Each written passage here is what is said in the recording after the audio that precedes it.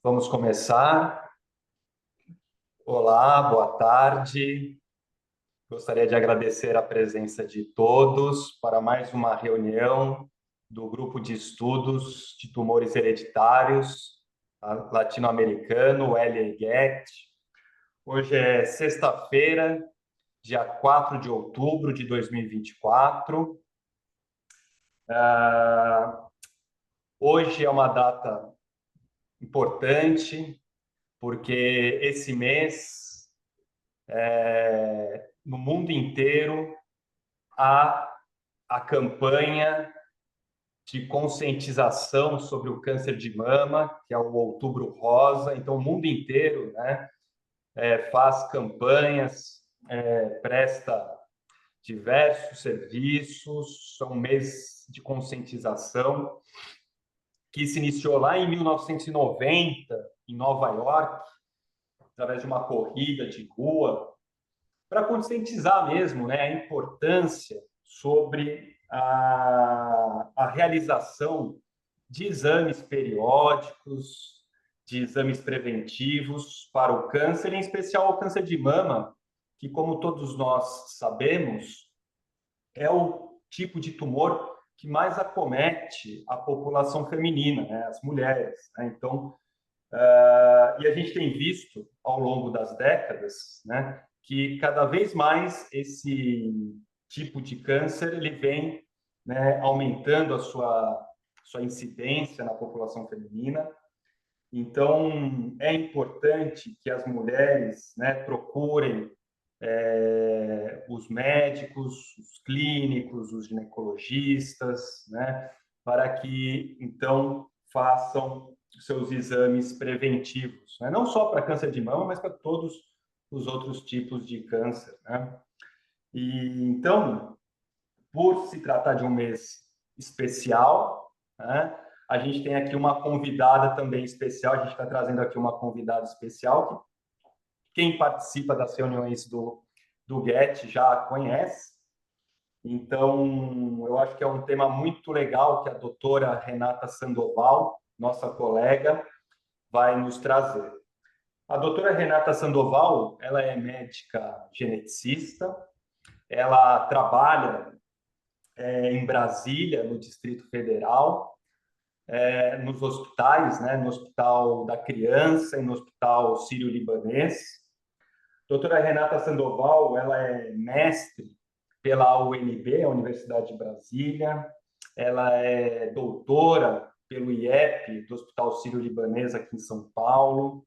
E ela tem pós-doutorado também pelo Dana-Farber Cancer Center, né, lá em Boston, né, no estado de Massachusetts, Estados Unidos.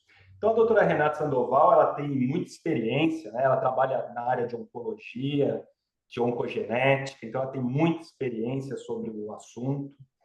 E também a doutora Renata, ela integra o nosso conselho de pesquisa ao Ministério da Saúde, no PROAD, né, no Mapa Genoma Brasil, que o Hospital Beneficência Portuguesa realiza com diversos centros de referência em várias capitais brasileiras para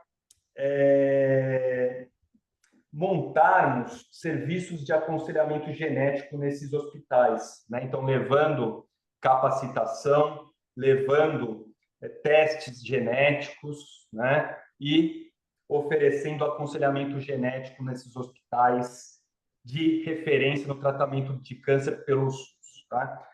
Então, antes da doutora Renata iniciar a sua apresentação, gostaria de agradecer, né, a equipe técnica, né, que é comandada pelo Jefferson e pela Patrícia, né, nossos colaboradores.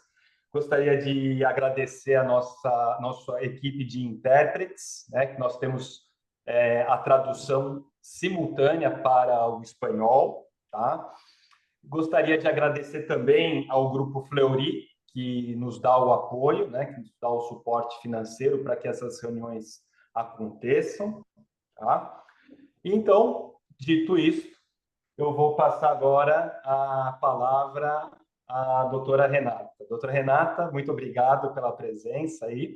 E lembrando que essas apresentações elas são informais, tá? Então, por favor, se alguém tiver dúvida, se alguém quiser fazer alguma pergunta, é só escrever no chat que a gente transmite as perguntas, né, para a Renata, tá bom?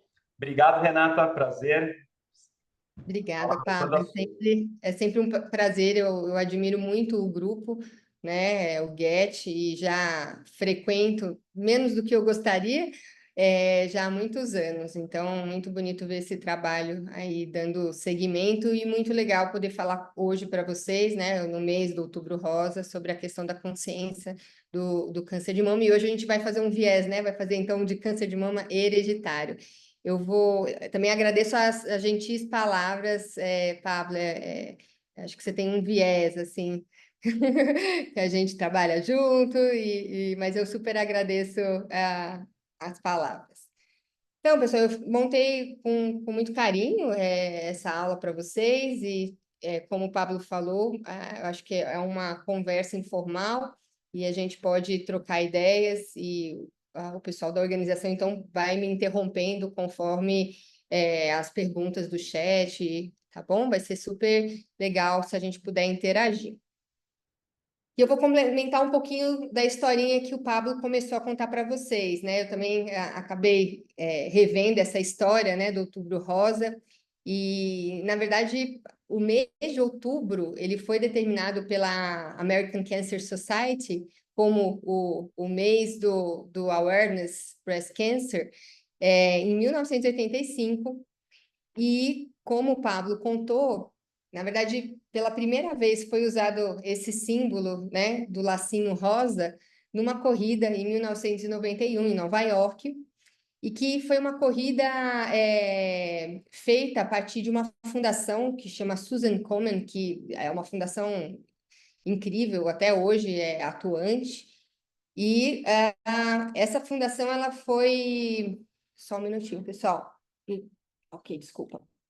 Essa fundação ela foi criada pela irmã da Susan, a Nancy, porque a Susan ela teve um câncer de mama aos 33 anos e faleceu aos 36, e ela é muito bonito até o relato da Nancy dessa jornada. Até convido vocês a irem no site. Então, a Susan teve o câncer, faleceu, a fundação foi criada em 1982 e com várias iniciativas, principalmente em relação a essa questão de corrida. E é interessante que em 84, a própria Nancy, que foi a irmã que criou a fundação, ela teve um câncer de mama aos 38 anos. Eu não achei nada falando se elas teriam uma síndrome hereditária, mas é muito curioso, né? Porque duas familiares de primeiro grau com câncer de mama muito jovem. E eu acho que essa frase é muito importante, né? Eu acho que a consciência é algo, é uma iniciativa importante, mas que a gente tem toda uma linha da consciência para a ação, né?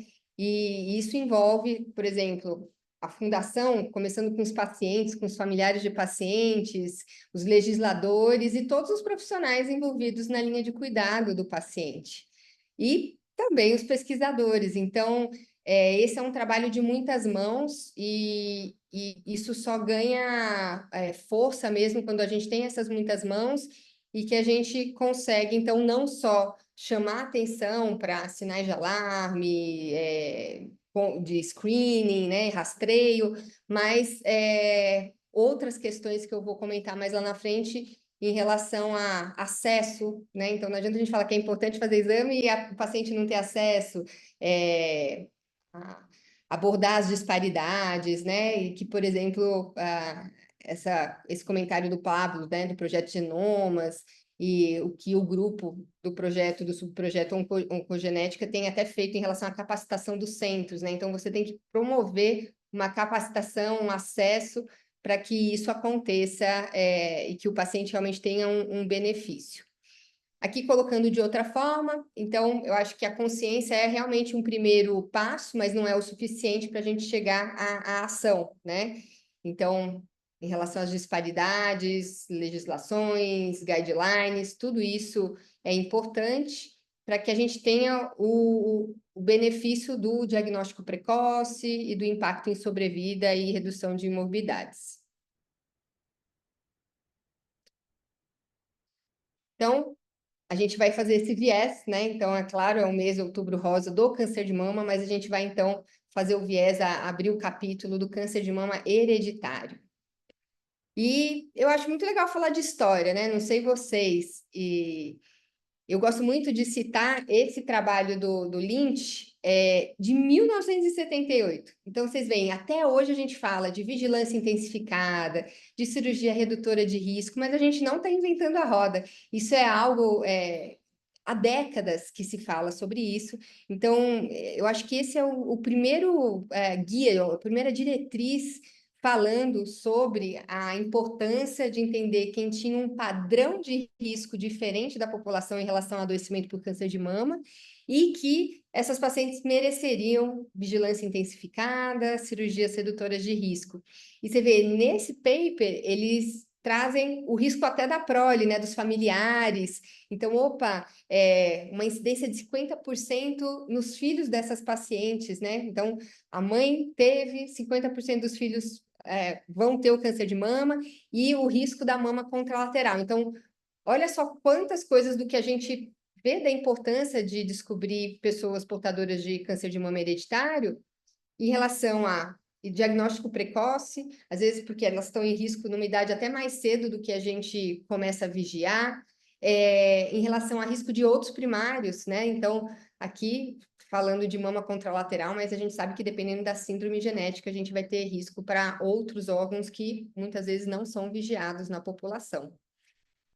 E já trazendo, então, a comparação com a questão do câncer esporádico. Então, isso não é novo, e ainda seguindo nessa linha do tempo, né, década de 90, então já vinham estudos com agregação familiar de câncer de mama e que vários grupos saíram na busca, né, estudos por linkage, para descobrir qual era o locus, então, desse alelo, dessa variante, desse gene, que poderia estar interferindo no risco dessas famílias.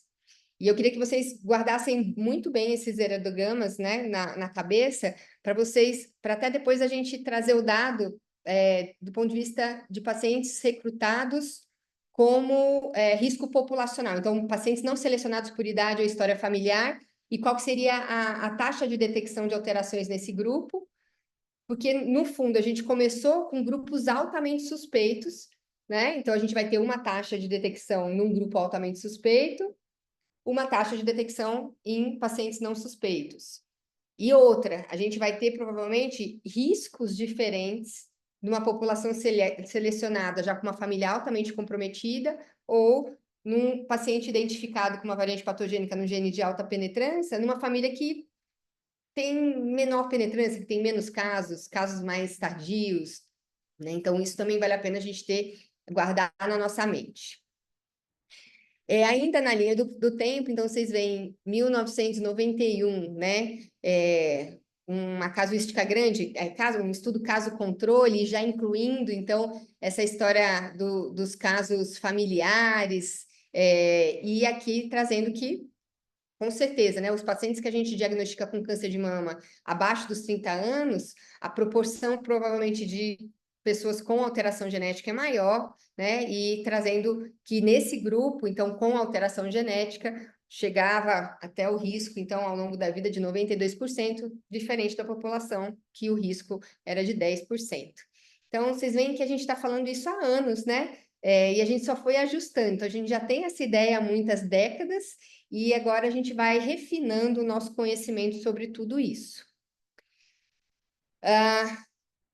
Aqui também para ilustrar as famílias iniciais, né, estudadas para a identificação do BRCA1, BRCA2, de alterações nesses genes. Então, eram famílias majoritariamente, né, com vários casos de câncer de mama, mas casos abaixo dos 50, casos de câncer de ovário, sendo que na população o risco é de 1,3%, casos de câncer de mama em homens. Então, foram essas famílias que auxiliaram por ter um padrão diferente de adoecimento da população geral, a chegarem nesses genes mais comumente afetados, né, de alta penetrância em famílias altamente suspeitas. E é interessante a gente pensar que nessa época, então, quando descobriram o BRCA1, BRCA2, quando isso foi possível ser comercializado, né, esse tipo de teste, era muito caro. Então, eu achei trabalho falando de então, modelos de predição para você prever quem teria maior probabilidade de ser portador de uma variante patogênica em um desses genes, né? BRCA1, BRCA2, que foram os que começaram esse assunto. E os artigos trazem a importância desses modelos de predição exatamente porque na época era US$ 3.000 o sequenciamento desses genes, né? Então era algo inacessível e que você tinha que convencer os pagadores, as agências pagadoras, a fazer o teste. Então, muitos modelos de risco foram criados naquela época para poder selecionar melhor os pacientes que teriam maior probabilidade de serem portadores. Mas é claro que ao longo, né, dos anos, ainda mais quem acompanha a NCCN, a gente vê o quanto que a gente foi galgando, né, para critérios muito específicos e para critérios mais amplos. E hoje em dia a gente acaba não usando muito esses critérios de probabilidade para ter alteração em BRCA1, BRCA2, como nos guidelines iniciais, né? Eles usavam às vezes esses modelos para aqueles pacientes que tivessem 10% de probabilidade, opa, eles teriam indicação de testagem. Hoje, eu não sei vocês, no local que vocês trabalham, se vocês ainda usam isso para conseguir testes genéticos. Aqui no Brasil, a gente tem critérios que não são iguais ao NCCN, né? São principalmente os pacientes que têm acesso à saúde suplementar, a gente tem critérios próprios da saúde suplementar, que não são tão abrangentes como o NCCN, e, infelizmente, no serviço público, então a gente tem leis em alguns estados de obrigação para fazer sequenciamento de BRCA1, BRCA2, mas na maior parte do país a gente não tem esse acesso. Eu acho que quem foi mais bem sucedido nesse tipo de ação foi Goiás, né, Pablo? Eu não sei se você tem outro conhecimento. Lembrando, né, Renata, que quando os genes foram descobertos, né, o BRCA1, BRCA2, lá no início da década de 90, né, não existia o sequenciamento NGS, né, disponível comercialmente, né, só assim, estava iniciando os primeiros testes, né, até mesmo o projeto Genoma Humano, né, ele nem foi feito em NGS, né, então era tudo o início era sequenciamento de sangue mesmo, né, ou então fazendo PCR para locus específico, né? Então eram testes extremamente caros. Então nessa época, como você mostrou, a clínica e a construção do heredograma eram extremamente importantes, como ainda hoje são, né? Então, os critérios de diagnóstico dessas síndromes, eles eram praticamente clínicos, né? O NGS mesmo, ele só começou a ser utilizado de forma comercial há uns 10, 15 anos atrás, né? Primeiro lá nos Estados Unidos, na Europa, e aqui no Brasil ele chega, o NGS, de forma comercial, mais ou menos por volta de 2013, 2014, ou seja, nós estamos falando de um exame que tem 10 anos, né? E mesmo quando ele chegou com preços, como você falou, né? Eram preços muito caros, né? Eram preços que não eram acessíveis a todos, né? E com o passar dos anos, o custo de se fazer um sequenciamento NGS, principalmente esses painéis menores, eles começaram a ficar mais baratos e, com isso, mais acessíveis, né? Embora a gente sabe que o custo hoje, para fazer um painel para câncer hereditário, ele ainda tem um preço que não é acessível à grande maioria da população. E como você falou, quem tem acesso à saúde suplementar, você também ainda esbarra em uns critérios, né, em critérios da agência regulatória aqui do Brasil, né, são critérios muito restritos. Tá? Então, o que a gente vem vendo ao longo do tempo é, sim, né, um acesso maior aos exames genéticos. Mas é sempre importante dizer que a clínica e o heredograma, né, são duas ferramentas muito importantes quando a gente fala em câncer hereditário. Alguns estados, eles, por meio de pesquisas, né, a população que é assistida pelo sistema de saúde, elas conseguem fazer alguns testes genéticos, mas infelizmente isso não é disponível a toda a população do SUS, né, do Sistema Único de Saúde, tá? Muito bem, obrigada. Então, olha só. Então, a gente está fazendo uma linha aí de raciocínio. Descobrimos, então, tínhamos padrão de adoecimento diferente da população, estudos com famílias descobriram os primeiros genes, então, associados a câncer de mama hereditário, e desenvolve-se, então, tecnologias para a gente ter o diagnóstico molecular desses pacientes, mas que, na época, muito caros, então, por muito tempo, e até hoje, né, em cenários com recursos mais limitados, a gente vai usar critérios para priorizar testagem dos pacientes que têm maior taxa de detecção de alterações, tem uma predição de maior taxa de detecção. E muitos desses modelos de predição de risco, hoje em dia, então, são usados não para mais, talvez, prever a probabilidade de ser portador de uma variante patogênica em BRCA1, BRCA2, mas para predizer risco de câncer de mama, né? E alguns até, então, riscos em pessoas não mutadas, tá?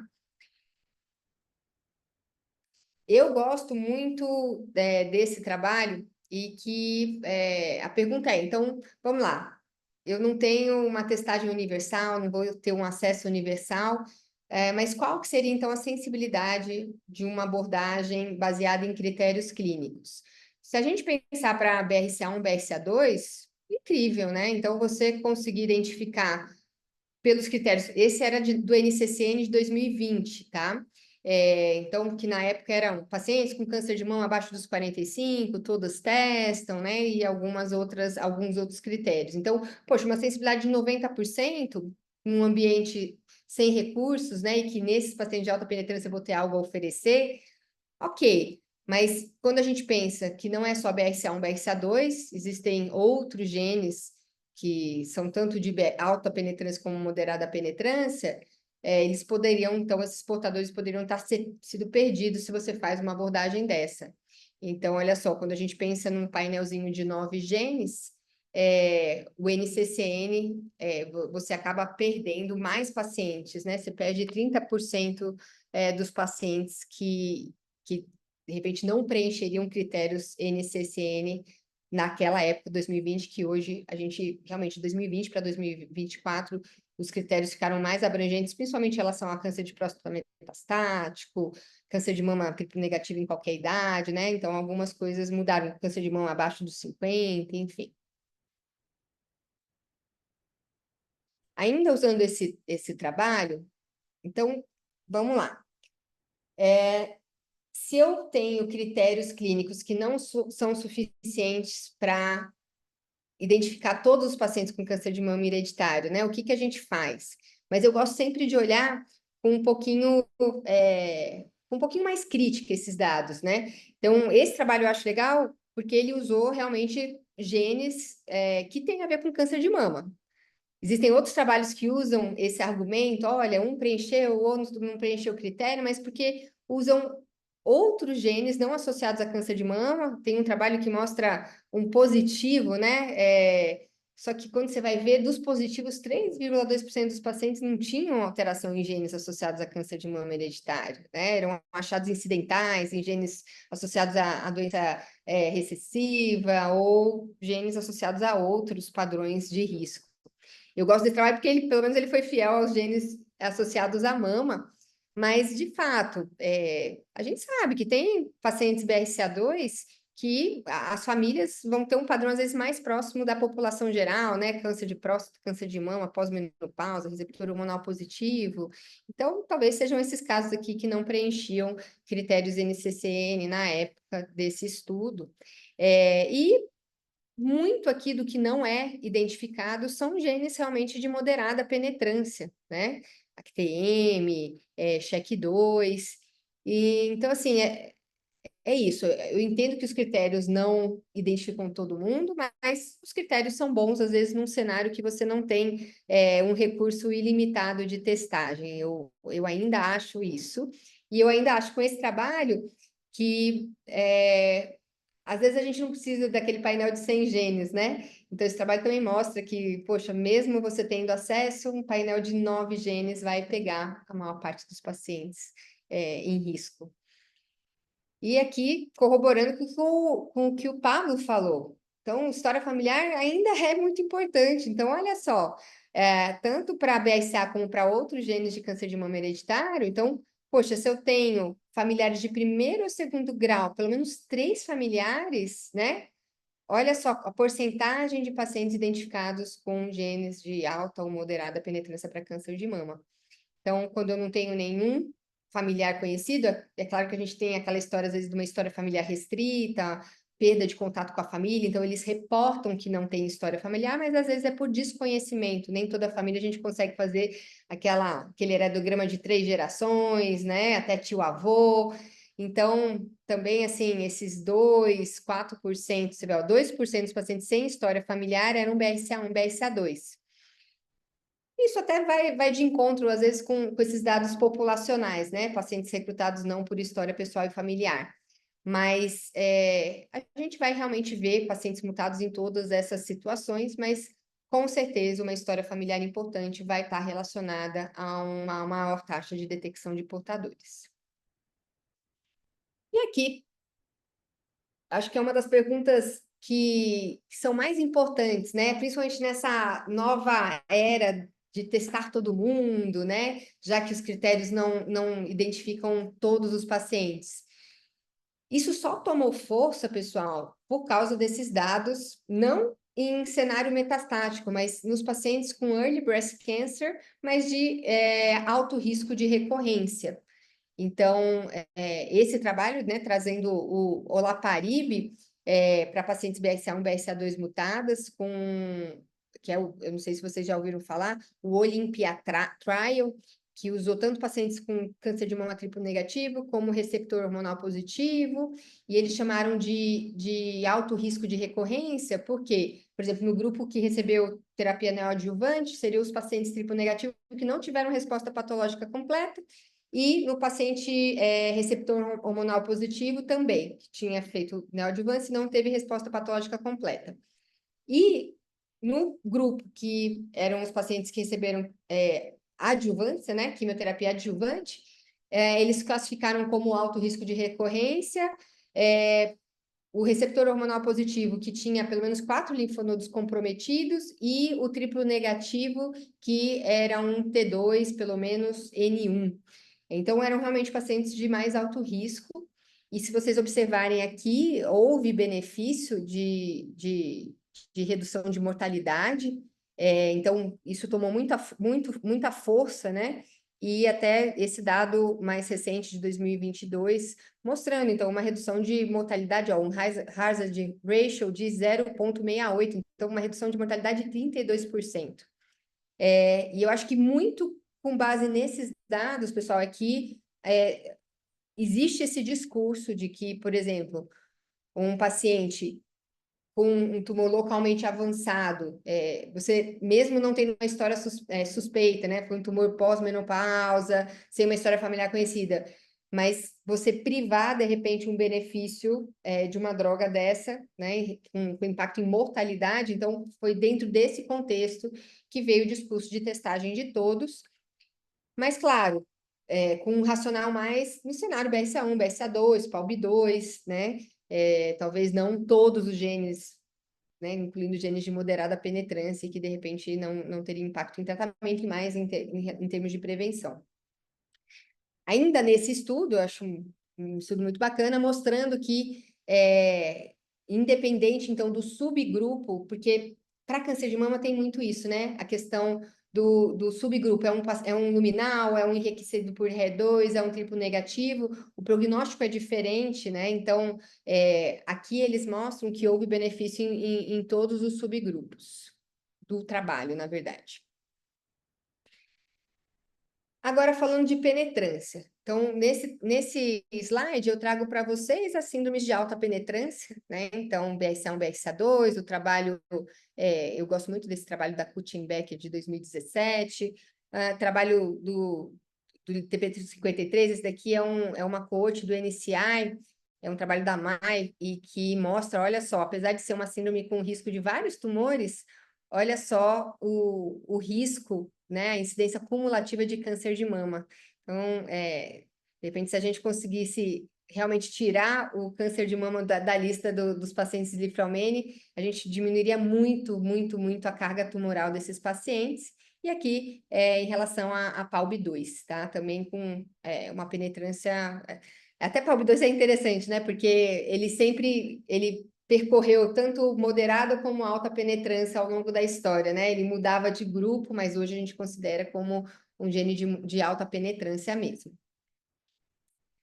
Muito bem, então a gente sai então da área dos critérios, do entendimento do risco ao longo da vida, mas essas coortes, com base em coortes selecionadas por um padrão clínico altamente suspeito, uma história familiar altamente comprometida, e daí a gente admite riscos identificados a partir dessas coortes altamente selecionadas, e a gente vai para uma era de sequenciamento de larga escala, e que daí que a gente se depara com dados em população que a princípio não era os suspeitos, né? Era como se fosse câncer de mama populacional, tá? E essas estimativas de risco ficam um pouquinho mais claras, né? Até os intervalos de confiança. Então, olha só, famílias BRCA1, isso daqui, risco, 113 mil mulheres, metade com câncer de mama, metade sem câncer de mama, né? Então, caso controle. E dos pacientes BRCA1, olha só o intervalo de confiança. Então, tinham pessoas, famílias aqui, com desde 45% de risco absoluto até, né, quase 70%, e assim por diante. E se vocês olharem, principalmente os genes de moderada penetrância, eles caminham, né, eles transitam tanto ali dentro de um padrão de risco populacional, abaixo de 20%, até moderado risco, né? Então, só com base, quando a gente expandiu essas coortes, começou a testar gente que não era suspeita, a gente começou até a entender que, opa, ok, eu tenho uma alteração genética que me confere, que contribui significativa para o meu risco, mas existe ali um espectro de risco a ser interpretado e sinalizado. Então, eu mostrei o dado do Bridges, que é em população europeia, e na mesma época o dado dos americanos, né, do Carriers, que é um consórcio com vários estudos e que a grande maioria não tinha enriquecimento de pessoas com história familiar positiva para câncer de mama ou história suspeita. E aqui dados meio que parecidos, a mesma mensagem, né? Que provavelmente com riscos estimados menores do que o que a gente tinha visto naquelas populações altamente selecionadas pelo fenótipo, tá? Então, só para trazer esse contraponto, que foi algo que a gente entendeu melhor aí nesses estudos de sequenciamento de larga escala populacional. Agora eu vou entrar um pouquinho também na história dos genes de moderada penetrância. E, caramba, eu não sei vocês, né, Paula? É muito difícil ser geneticista nesse... A gente está escrevendo a história, mas olha só, 2017, como que era o NCCN? Check 2, 28 a 37% de risco absoluto, ATM, né? Tem essa variante que ela dá ela funciona como se fosse, né, alta penetrância, um risco mais elevado. Opa, Rádio 51CD e BARD1 nem estava ali listado, aqui evidência insuficiente de risco. Daí, 2023, todo mundo foi para risco absoluto de 20 a 40%, 2024 já começaram a ajustar ali, 20 a 40, 17 a 30, e agora, não sei se você já pegou o último, né? Saiu agora em 2025, quer dizer, saiu em 2024, já é a primeira versão de 2025, com esses outros ajustes, né? Então, poxa, é essa era que a gente está vivendo. Isso é muito legal também, se a gente pensar, né? Que as verdades não são absolutas, né? A gente está construindo isso, e que quanto mais trabalho publicado, quanto mais pessoas testadas, quanto mais estudos prospectivos, a gente vai conseguir refinar melhor esse nosso entendimento em relação a riscos, até para a gente poder programar, né, tão esperada prevenção, né? E ajustar melhor o nosso discurso em relação a essas medidas preventivas para cada um desses subgrupos. Uma coisa importante, né, Renato, também deixar Pode falar. frisado, é a população estudada, né? Porque são muitas as variáveis que atuam dentro da penetrância de um determinado gene, né? Não só as variáveis genéticas do indivíduo, Ó, né? você está falando, vou deixar você falar esse slide então, porque é exatamente isso. Pode continuar, é exatamente E isso. também os hábitos daquela população, do indivíduo e da população, né? Porque o que a população ela compartilha é justamente esses polimorfismos genéticos e os hábitos, né? A alimentação, os hábitos de lazer, né? Então, por isso que é importante que cada população tenha os seus estudos, né, de penetrância, né? Então, por exemplo, se eu estudar qual é a penetrância do BRCA1 numa população da Holanda, provavelmente vai ser diferente da penetrância do BRCA1 numa população aqui do Nordeste do nosso país, né? Mostrando, então, que você tem muito mais variáveis, né, do que apenas uma mutação dentro de um gene específico, né? E daí a importância de se ter esses estudos na qual nós participamos, né, Renato, de estudar não só a genética da nossa população, mas também todos os dados epidemiológicos envolvidos, né, com essa população. Perfeito. E é isso, eu fiz esse slide de modificadores de risco, trazendo a história do score de risco poligênico, mas para aproveitar e discutir tudo isso. Então, você vê, a gente tem esse modelo de predição de risco que é o Tyler Cuzick, que ele vai usar dados genéticos e não genéticos, né? Então, tudo isso tem que estar no nosso prato. Para genes de moderada penetrância, a gente sabe que às vezes aquela variante não é o suficiente para gerar um efeito importante. Então, ela vai precisar de outras coisas atuando para que aconteça aquele evento final, aquele risco final. E que história familiar, que provavelmente por trás dessa história familiar tem essa história do risco poligênico, hábitos, né, características pessoais. Então, por exemplo, até a densidade mamária é um generic trait, né, é um traço. Mas que hoje a gente valoriza como fator de risco para câncer de mama, principalmente quando elas mantêm, né, a mama densa depois da menopausa. E esse slide mostra exatamente que talvez o melhor jeito da estimativa de risco, o melhor refinamento é que a gente usa todas essas ferramentas, né? Então, o Tyler Cuzick aqui representando a questão dos dados pessoais, né? De fatores não genéticos, de dados de biópsia prévia, reposição hormonal, tudo isso. O status germinativo, um gene de moderado ou da penetrância, esse trabalho em si era de moderada penetrância, e a história de incorporação do score de risco poligênico, que faz todo sentido com o que o Pablo falou. Esses scores, eles dependem muito da questão de ancestralidade. Então, existem SNPs de risco numa população e que são protetores em outro, né? Então, a gente tem muitos desses dados validados em população caucasiana, europeia, e que realmente faltam dados da América Latina, né? A gente não tem. Aqui no Brasil vai ser um super desafio quando a gente tiver que prestar atenção, ou incorporar esses exames de alguma forma, porque até dentro do nosso país, os estados têm constituições genéticas muito diferentes por causa das diferentes imigrações, né, dos efeitos colonizadores aí do nosso país. Mas daqui voltando, realmente, que você incorporando tudo, pessoal, olha só, você consegue, né? Então, olha como o risco muda, você consegue aqui, incorporando tudo, determinar quem está no mais baixo risco e quem está no mais alto risco. Então, isso aqui é que é importante, né? Então, sei lá, será que aqui a gente pode descalonar? Agora, aqui, esses daqui estavam aqui nesse meião, sem o PRS, mas, poxa, aqui com o PRS, o pessoal daqui se mostrou que está aqui em muito mais alto risco, né? Então, a gente vai ter que associar todas essas modalidades.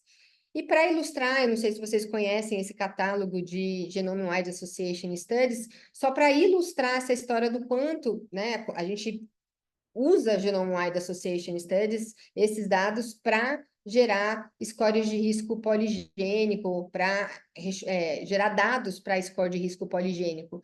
E olha só que loucura, olha o quanto que a gente é representado, então, nesses bancos de dados, né? Então, não está muito aquém, e daí vem esse alerta de cuidado, quando isso aparecer do ponto de vista comercial na sua cidade, né? E que você lembrar que a validação disso não foi feita, né? Não tem um benefício claro, uma estimativa clara, e provavelmente a gente tem performances de modelos de score de risco poligênico diferentes de acordo com a população.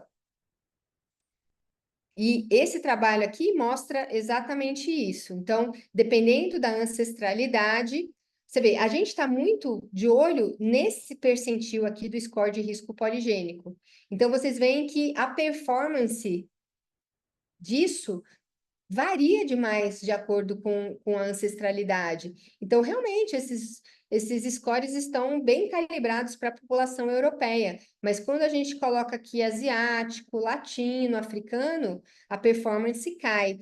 E daí eu não sei se vocês lembram disso, a gente vê performance de modelo de predição de risco, o jeito estatístico que a gente avalia se isso é adequado ou não, se ele tem uma característica discriminatória, né, uma acurácia adequada, é com base naquela curva ROC, né, o A ou C, e que, por exemplo, se isso está abaixo de 0,7 não é adequado, né? 0,5 é como se fosse a gente estivesse falando de um risco, mas que a gente está jogando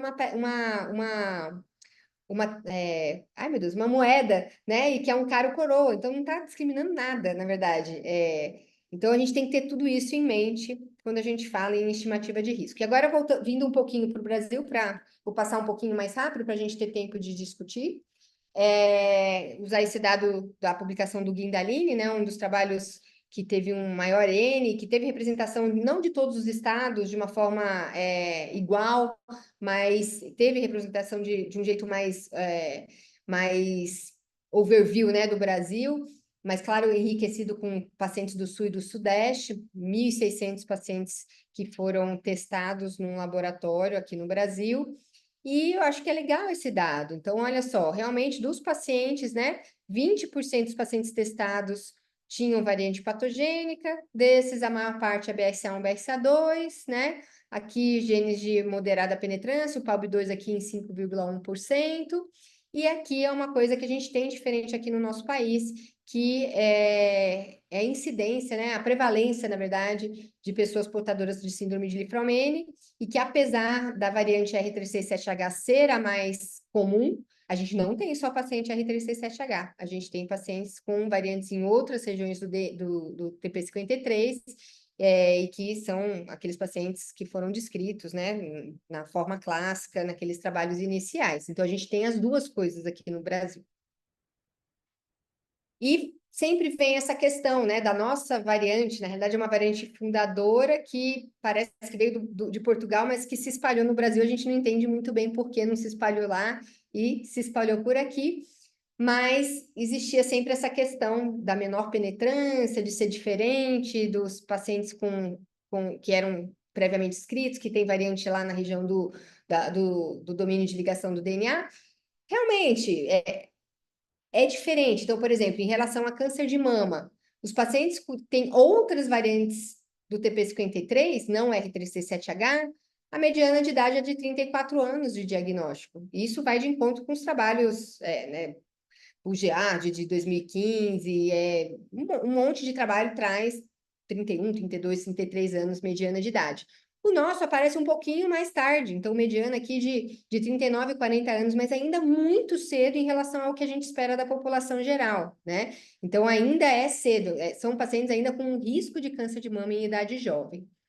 E também esse trabalho foi importante porque tinha um trabalho falando que a gente não via na R3C7H um enriquecimento de tumores receptor hormonal HER2 positivo, coisa que a gente vê muito no paciente com mutações na região de domínio de ligação do DNA do TP53, mas aqui pareceu que, então, não... A idade foi diferente, né? Vocês podem ver o P estatístico, mas as outras questões não pareceu que era tão diferente em relação às variantes não R3C7H. E eu trago para vocês um trabalho que eu sou primeira autora e que foi muito legal essa experiência. Na verdade, a gente criou uma coorte multicêntrica internacional com dados do Brasil, mas principalmente do Sírio-Libanês, Gustavo Roussy na França, mais alguns centros da França e Dana-Farber lá em Boston. Foi durante meu pós-doc. Então, a gente conseguiu uma coorte muito bem curada, né? Então, a gente revisou todas as variantes do TP53, porque tem muitos registros Li-Fraumeni, que às vezes eles não são tão criteriosos em relação à reavaliação ou como que aquela variante foi classificada.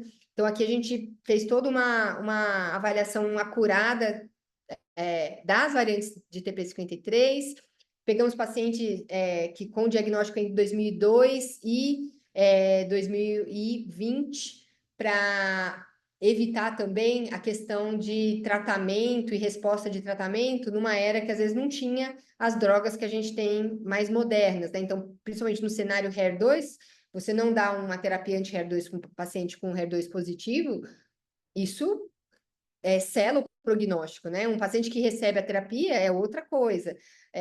Então, a gente teve esse cuidado. E o que chamou a atenção desse estudo, que eu acho que é o maior estudo e um dos únicos com questão de desfecho clínico em relação à recorrência, à recidiva tumoral, chamou a atenção bem o subgrupo receptor hormonal positivo HER2 negativo, que é o grupo que vai melhor na população geral, né? Então, nesse trabalho que a gente publicou, só 61,1% dos pacientes com receptor hormonal positivo HER2 negativo, pacientes com tumores luminais, estavam livres de recorrência, né? Isso, recorrência tanto local à distância. Então, tiveram pacientes, claro, com recorrência local, mas a maior parte, recorrência local e à distância ou à distância, né? Mostrando, talvez, ou uma biologia diferente, e nos que tiveram localmente, às vezes até pensando se esses pacientes não estão recebendo radioterapia quando devem receber por meio de um sarcoma radioinduzido. E esse trabalho vai suscitar, claro, né, um outro trabalho, a gente tomando cuidado do caso controle, para a gente ver se esse dado é real mesmo, e com avaliação dos tumores, para a gente entender, é uma biologia diferente ou não, o que esses tumores HER2, receptor hormonal positivo HER2 negativo tem de diferença, e o quanto eles se comportaram de forma diferente, mesmo recebendo todo o tratamento adequado em relação à população geral. E por que eu trouxe esse slide para vocês? Para a gente refletir em relação até ao nosso discurso. Então, olha só, vem uma paciente Li-Fraumeni, BRCA, qualquer uma dessas situações. A gente oferece, né, vigilância intensificada, cirurgia redutora de risco e em pacientes com síndrome de alta penetrância, principalmente. Só que se eu tenho um cenário que, vamos lá, eu não garanto que mesmo uma paciente com um diagnóstico inicial vai ficar boa daquele tumor, isso acaba reforçando até mais as medidas de cirurgias redutoras de risco. Então, essa pergunta é muito importante, né? Você vê, ok, eu opto por vigilância, mas prometendo um diagnóstico precoce e uma cura, mesmo que, de repente, a qualidade de vida pós-tratamento de câncer de mama é diferente. Mas muda totalmente o discurso se eu falo, não, poxa, mesmo eu oferecendo uma vigilância intensificada, descobrindo no início, oferecendo o melhor tratamento, eu ainda vou ter um risco maior de pior desfecho, opa! Então, a gente espera que daqui a alguns anos a gente tenha mais dados, pelo menos no cenário Li-Fraumeni, que é a minha linha de pesquisa, para dar essa nuance aí, para ajudar melhor as pacientes nas decisões e a gente nas orientações. E agora, para finalizar, falar um pouquinho dos sindrômicos, né? Então, não sei se todo mundo é geneticista do grupo, mas quem não é, a gente não reconhece o que a gente não conhece. Então, quem não vê, quem não sabe de arte, não sabe que aqui foi o Picasso que pintou, aqui o Botero, aqui o Rembrandt. E na genética a gente vê muito isso, tem o gestalt, tem o padrão, né? E Neurofibromatose tipo 1 é uma síndrome que a gente faz diagnóstico clínico, certo? E os pacientes, eles são muito bem vistos, às vezes, na infância, pelo risco de glioma óptico, e eles se perdem aí, às vezes, ao longo da fase de transição e da fase adulta, e às vezes esquecem de falar para as mulheres com neurofibromatose tipo 1 que elas têm um alto risco para câncer de mama e que elas merecem vigilância com ressonância da mama a partir dos 30 anos. Os tumores que elas têm são tumores mais agressivos, né? Não sei se vocês já estudaram alterações somáticas. Então, por exemplo, um tumor de mama com alteração somática em NF1, ele vai pior, né? E elas têm prognósticos piores quando elas têm câncer de mama, e vocês veem que elas têm um risco considerável abaixo dos 50 anos. Então, tem que estar no radar essa orientação. Síndrome de Cowden, também, poxa, uma família às vezes com macrocefalia, com autismo, com pólipos amartomatosos no intestino, e que tem esses triquilemomas ou essas pápulas papulomatosas. Então, às vezes tem um fenótipo, né, na ectoscopia, e eles têm risco para vários tumores, não só mama. E olha só o lifetime risk em relação à mama, chega a 85%. Então, poxa, não adianta eu às vezes descobrir um paciente pelos pólipos e uma paciente, né, e não dar recomendação ou checar o guideline de como que é a vigilância da mama dessa mulher ou o que que eu devo discutir com ela em relação a esse risco. E a síndrome de Peutz-Jeghers? Aqui eu escolhi uma foto errada, porque eu coloquei um homem, devia ter colocado a boca de uma mulher, depois que eu vi. Mas chama atenção, gente, são pacientes que às vezes vão ter a história de que tiveram intussuscepção intestinal na infância, tinham manchinhas, né, hiperpigmentação mucocutânea, e que às vezes essas hiperpigmentações até somem na fase adulta, mas eles também têm, então, pólipos amartomatosos, né? Esse aqui é um pólipo de Peutz-Jeghers, e eles têm um risco considerável, um risco maior do que da população em relação a câncer de mama. E mais, esses pacientes, por exemplo, essas pacientes, elas têm um risco para câncer de endocervix, um câncer muito agressivo, que chama do tipo gástrico, que não tem nada a ver com HPV. E quando a sua mulher tem esse tipo de tumor, 42% de chance dela estar morta em 5 anos, tá? Então, olha só que importante a gente ter, então, também a questão do sindrômico, ter a continuidade da linha de cuidado, que todos os profissionais tenham conhecimentos desses detalhes, porque também não adianta a gente identificar os pacientes e não oferecer o que a gente precisa, porque eles vão acabar falecendo e a gente não vai ter mudado a história desses pacientes. Então, hoje fica essa mensagem final, e eu realmente acredito que a gente é muito melhor junto. Eu acho que o cuidado dos pacientes com síndrome de predisposição é um cuidado de muitas mãos, é um cuidado de muita educação, né, de todos os níveis, tanto legislador, paciente e multiprofissional. Então, o cirurgião tem que estar na mesma página, a enfermeira, todo mundo tem que estar na mesma página, senão a gente perde a linha de cuidado desse paciente. Então, era isso para falar. Eu estava tentando abrir. Opa, 7 minutos. Eu estava tentando abrir aqui o meu relógio, não estava conseguindo ver. Ah, obrigado, Renato. Foi uma excelente apresentação que fez jus a esse mês, né? O mês do Outubro Rosa.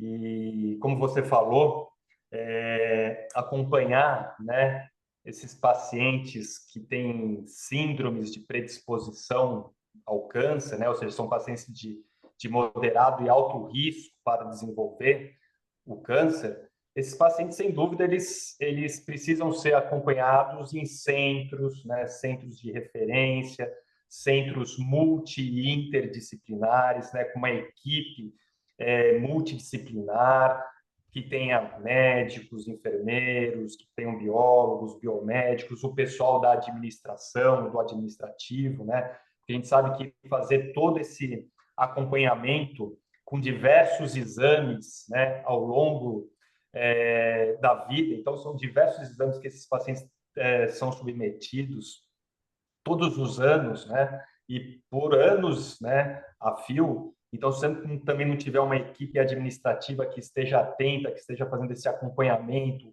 a marcação, o agendamento, indo atrás, fazendo busca ativa dos pacientes, porque a gente sabe também que esses pacientes, eles vão se perdendo ao longo do tempo, né? Então, no início, quando ele é diagnosticado, ele é aconselhado, no início eles são assíduos, mas depois que passa 5, 10 anos, eles passam, né, a afrouxar esse acompanhamento. Então, você tem que estar em cima, você tem que fazer busca ativa, né? Então, o pessoal do administrativo também é muito importante.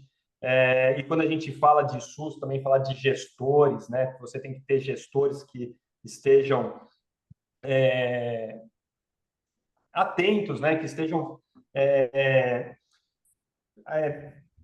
assíduos, né? Com relação a esse tema, porque senão realmente é uma tarefa muito árdua fazer tudo isso sozinho, tá? Que mais? Outra coisa que vale a pena ressaltar, que já que a gente tem aqui um público bastante heterogêneo, né, e nós temos bastante também enfermeiros, enfermeiras aqui fazendo parte da nossa plateia, que são importantes também no registro de dados, né? Então, você vê que o teste genético, a oncogenética não é só teste genético, né? O teste genético ele é muito importante, né? Hoje em dia, é óbvio, que ele vai te trazer uma informação muito relevante a respeito daquele indivíduo e daquela família, mas os dados são muito importantes, né? Então, a gente viu aí que você ter o registro de dados fidedignos, né, sobre o seu paciente e o histórico familiar com a construção do heredograma e o registro dos dados dos familiares daquele paciente, às vezes pode mudar a sua conduta com relação àquela síndrome, né? Então, a gente vê que você tem famílias na qual você tem mutação no gene BRCA2, na qual não tem história de caso de câncer de ovário. Então, você tem uma certa conduta. E você tem famílias com mutação no mesmo gene, na qual você tem um histórico muito grande de câncer de ovário. Então as suas condutas, né, serão outras. Né? Você tem aquela conduta de base, né, mas você vai mudando. Isso se dá muito também, por exemplo, no caso da síndrome do câncer gástrico difuso, né? Na qual você tem famílias onde você tem uma história muito intensa de câncer gástrico, devido à mutação no gene CDH1, e outras famílias na qual você tem mutação no gene CDH1, mas você não tem nenhum caso de câncer gástrico, né? Então, como você vai conduzir essa família, né? Então, a história clínica e o heredograma são muito importantes junto com os testes genéticos, né? Então, o teste genético é uma ferramenta importante, mas ela não é, né, a sozinha que vai dar a conduta frente ao paciente e à família do paciente. Tá? Bom, deixa eu ver se nós temos perguntas aqui. Só para eu fazer, então assim, eu acho que ainda, só para complementar a sua fala, né? Então, assim, eu me preocupo, porque eu acho que, realmente, vamos lá, CDH1, nesse contexto que você falou, né? Teve um trabalho recente que trouxe isso de uma forma mais elegante em relação a esse ajuste da interpretação de risco. Então, para CDH1, para câncer gástrico, a gente tinha dados muito de incidente de riscos cumulativos muito grandes, né? E que hoje a gente já tem de uma forma mais sistemática o dado depende da história familiar de primeiro grau. Então, às vezes ali, primeiro grau vai chegar a um risco de até 20%. Agora, se eu tenho nenhum familiar de primeiro grau, risco de repente até 10, 20%. Agora, se eu tenho 2 familiares de primeiro grau afetados, meu risco vai estar lá 60%. Só que daí também só para deixar mais claro para o público, que também acontece, né? Não tem até ter, né? Então, também tomar cuidado. Então, a gente pega muita família BRCA2, por exemplo, né? Opa, nossa, na minha família, minhas tias tiveram tudo câncer de mama mais idosas, vou esperar para decidir sobre minha mastectomia ou pela minha oforectomia, já que não tem nenhum caso. Até que ela é o primeiro caso e vem lá com 40 anos. Então, a gente vê isso, né, na história das famílias, mas de fato. E daí só quando acontece isso é que a gente vai falar, opa, aconteceu com 40, então agora os filhos dessa paciente, os demais familiares vão ter indicação de repente pensar na cirurgia preventiva uns 5 anos antes, né? Então a gente vai ajustando. Mas também para não deixar o pessoal tão tranquilo, porque talvez assim, é um refinamento de riscos, mas ainda é um alto risco e que a gente tem que tomar cuidado. Então, também a gente pode ajustar a recomendação, mas tomar um pouquinho de cuidado também para não passar que não existe, né? Porque é isso, a expressividade variável, a penetrância incompleta, são as autossômicas dominantes, né? Isso mesmo, Renata. Bom, então já são 15 horas, né? Então, gostaria de agradecer a doutora Renata Sandoval, que é médica geneticista em Brasília, do Hospital da Criança e do Hospital Sírio-Libanês em Brasília, nossa colega aqui. Doutora Renata, foi muito legal a sua apresentação, trouxe bastante informação, bastante conhecimento, e também gostaria de agradecer ao pessoal da equipe técnica, aos nossos tradutores, ao Grupo Fleury, e lembrar, então, que nós estamos no mês de conscientização, tá? Estamos aqui abertos a perguntas, lembrando que essa aula também ficará gravada no nosso site, que eu espero que esse mês a gente tenha a inauguração do novo site do Get, né? Um site bem mais moderno, um site com bem mais visual, um site que vai estar integrado com as nossas mídias sociais também. Então, muito obrigado pela apresentação, doutora Renata, muito obrigado a todos e até a próxima apresentação. Lembrando que a próxima apresentação será no dia 25 de outubro, tá? Será uma discussão de casos clínicos junto com o grupo do CTA, tá? Então vai ser uma reunião bem legal que nós teremos aí para encerrar o nosso mês de outubro junto com o pessoal dos Estados Unidos, tá? Que vai ter uma discussão bem legal de casos clínicos, ok? Muito obrigado a todos, até a próxima. Tchau, gente. Foi um super prazer. Muito obrigada. Fiquei honrada de ser palestrante.